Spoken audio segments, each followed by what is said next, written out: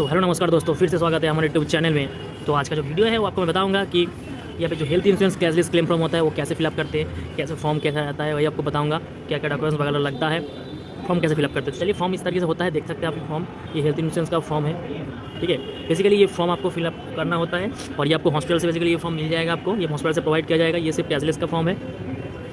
तो चलिए देखते हैं। यहाँ पे पहला जो ऑप्शन है, यहाँ पे पहला जो फिलअप करने की जगह है, यहाँ पे टीपीए और इंश्योरेंस का डिटेल्स फिलअप किया जा सकता है। और यहाँ पे आपका हॉस्पिटल का डिटेल्स फिलअप करना होता है।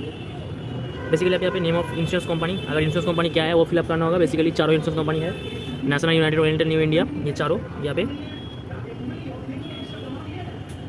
इंश्योरेंस नेम फिलअप करना होता है आपको बेसिकली। उसके बाद यहाँ पे नेम ऑफ हॉस्पिटल, यहाँ पे हॉस्पिटल का नाम फिलअप करना होता है। एड्रेस आप फिलअप कर दीजिएगा, हॉस्पिटल का एड्रेस। ये आपको छोड़ दिया है, ये फिलअप किया हुआ पहले से ही। जो फॉर्म आपको प्रोवाइड किया जाएगा हॉस्पिटल से वो फिलअप कर देगा ये, ठीक है। यहाँ पे मेन पार्ट आता है, यहाँ पे पेशेंट का नाम डालना है। यहाँ पे पेशेंट का नेम डालना है। इधर जेंडर, ये तो पता ही आपको, मेल और फीमेल डाल देना है। एज आपको डाल देना है हिसाब करके। डेट ऑफ बर्थ आपको भर देना होगा। कॉन्टैक्ट नंबर, यहाँ पे कोई भी कॉन्टैक्ट नंबर दे सकते हैं आप, जिस नंबर पे हम कॉन्टैक्ट कर सकते हैं, मतलब हॉस्पिटल वाले कॉन्टैक्ट कर सकते हैं, वही नंबर दीजिएगा। इधर यहाँ पे कोई भी कॉन्टैक्ट नंबर दीजिएगा। यहाँ पे ऐसा नहीं है कि आपको जो मेडिकल में दिया गया था नंबर वही देना होगा, कोई भी कॉन्टैक्ट नंबर आप दे सकते हैं। ऑल्टरनेट कॉन्टैक्ट नंबर दे दीजिएगा। उसके बाद यहाँ पे insured card ID number, UHID number होता है आपके पास। अगर कार्ड है, हेल्थ इंश्योरेंस का कार्ड है अगर आपके पास, तो आपके पास UHID नंबर होगा, वो आपका नंबर यहाँ पे डाल देना होगा, ठीक है। यहाँ पे पॉलिसी नंबर डाल दीजिएगा। यहाँ पे पॉलिसी नंबर, पॉलिसी पेपर की फ्रंट में एकदम ऊपर के साइड में होता है पॉलिसी नंबर। पॉलिसी पेपर जो होता है ऊपर के साइड में पॉलिसी नंबर होता है बेसिकली। अगर कॉर्पोरेट पॉलिसी है तो कॉर्पोरेट का नाम डाल दीजिएगा। यहाँ पे एम्प्लॉय आईडी, अगर आप कॉर्पोरेट पॉलिसी है ओनली फॉर कॉर्पोरेट, ये ओनली फॉर कॉर्पोरेट पॉलिसी का डिटेल्स फिलअप कर सकते हैं आप। यहाँ पे बेसिकली दो जो ऑप्शन है, यहाँ पे नो ही कीजिएगा, ज़्यादातर बेहतर रहेगा। नो ही कीजिएगा।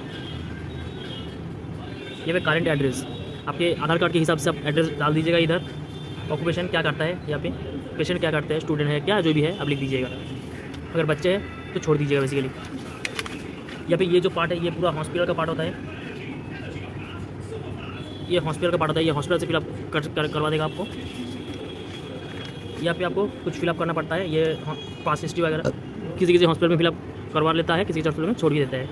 अगर फिलअप करना होता है आपको तो यहाँ पे देख लीजिए, यहाँ पे डिटेल्स आपको भरना पड़ता है। येस करके, येस और नो में आंसर दे करके यहाँ पे ड्यूरेशन लिखना होता है। यहाँ पे ब्रैकेट में डायबिटीज़ का मतलब है शुगर, हार्ट डिजीज पता ही है आपको। ये हाइपरटेंशन मतलब प्रेशर का जो प्रॉब्लम है। ये हाइपरलिपिडेमिया मतलब कोलेस्ट्रॉल का मेडिसिन होता है। ये आर्थराइटिस का है, एस्मा, COPD, ब्रोंकाइटिस, सांस या इनहेलर वगैरह लेते हैं आप लोग तो। कैंसर तो पता ही है, अल्कोहल ये वगैरह है। यहाँ पे अगर कुछ नहीं है तो नो कर दीजिएगा।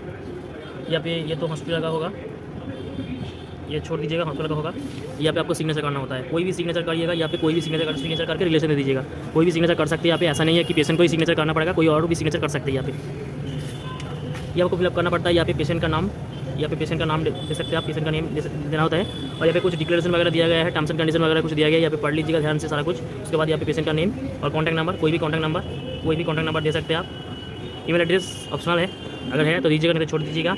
पेशेंट सिग्नेचर वही सेम कोई भी सिग्नेचर कर सकते हैं। और यहाँ पे डेट और टाइम, जिस दिन फॉर्म जमा कर रहे हैं हॉस्पिटल में उसी दिन का डेट दीजिएगा। ऐसा नहीं है कि आपको एडमिशन का डेट ही देना पड़ेगा, ये कोई भी डेट दे सकता है। जिस दिन जमा कीजिएगा उस दिन का ही डेट देंगे, ठीक है।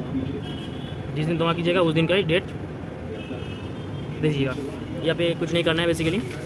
उसके साथ और एक फॉर्म दिया जाता है, यहाँ पे KYC फॉर्म दिया जाता है, ठीक है। ये फॉर्म आपको हर क्लेम के साथ भेजना पड़ता है। और हॉस्पिटल को क्लेम करने के बाद ये जब सेटलमेंट होता है उसी टाइम को ये भेजना पड़ता है। ये फॉर्म जो सिंगल पेज का फॉर्म है, ये आपको बेसिकली प्रोपोजर का डिटेल्स भरना होता है। ये सिंगल पेज प्रोपोजर का डिटेल्स भरना पड़ता है। प्रोपोजर का मतलब क्या होता है? अभी प्रोपोजर का मतलब होता है जो मेन पॉलिसी होल्डर है उसके नाम से, जिसके नाम पे पॉलिसी है उसके नाम पे ये भरना होता है। पॉलिसी पेपर के ऊपर के साइड में ही लिखा जाता है प्रोपोजर का नेम, ठीक है। और अगर कॉर्पोरेट पॉलिसी है तो जो एम्प्लॉय है उसकी डिटेल्स फिलअप करना होता है। इधर यहाँ पे नेम ऑफ प्रोपोजर, जो मेडिकल मेन प्रोपोजर है जिसके नाम में पॉलिसी है उसका नाम, नेम ऑफ पेशेंट का नाम डालना होता है। यहाँ पे पेशेंट का नेम, ठीक है। ये प्रोपोजर का एड्रेस और प्रोपोजर, ये आधार कार्ड के हिसाब से एड्रेस दे दीजिएगा। इधर city, state, pin code, mobile number, email address अगर है तो दीजिएगा, नहीं तो छोड़ दीजिएगा। ये मोबाइल नंबर आप कोई भी दे सकते हैं, आप ये मोबाइल नंबर, ये फ़ोन नंबर आप कोई भी दे सकते हैं, एनी फ़ोन नंबर्स, ओके। उसके बाद यहाँ पे क्या क्या ID प्रूफ आप दे रहे हैं टिक मार्क कर दीजिएगा। क्या क्या ID प्रूफ आपको, एड्रेस प्रूफ, ID प्रूफ क्या क्या दे रहे हैं टिक मार्क कर दीजिएगा, बेसिकली ज़्यादा बेहतर रहेगा। उसके बाद यहाँ पे डेट जिस दिन जमा कर रहे हैं वही जिस दिन जमा कर रहे हैं उस दिन का ही डेट दीजिएगा। और यहाँ पे प्रोपोजर के अगर है प्रोपोजर आपके सामने सिग्नेचर करने के लिए तो प्रोपोजर से सिग्नेचर करवा लीजिएगा, नहीं तो छोड़ ही दीजिएगा। ये कोई भी सिग्नेचर फिर से कर सकते हैं। सिग्नेचर करके यहाँ पे ब्रैकेट में रिलेशन दे दीजिएगा प्रोपोजर के साथ, आपका क्या रिलेशन है, ठीक है। तो फॉर्म कुछ इस तरीके से फिलअप कर सकते हैं आप। इसके फिलअप करके हॉस्पिटल में जमा करने के बाद ये आपको कैशलेस प्रोसेस स्टार्ट होगा। याद रखिएगा 24 आवर्स के अंदर हॉस्पिटल में आपको फॉर्म जमा करना पड़ता है, डॉक्यूमेंट्स वगैरह फिलअप करके जमा करना पड़ता है। उसके बाद हॉस्पिटल इंटीमेशन भेजेगा इंश्योरेंस कंपनी को, मतलब टीपीए कंपनी को, हेल्थ इंश्योरेंस को। उसके बाद ही आपका कैशलेस प्रोसेस स्टार्ट होगा, ठीक है। ये ध्यान में रखिएगा थोड़ा सा। तो चलिए आज की वीडियो में यही था। वीडियो पसंद है तो प्लीज़ लाइक शेयर सब्सक्राइब कर दीजिएगा चैनल को।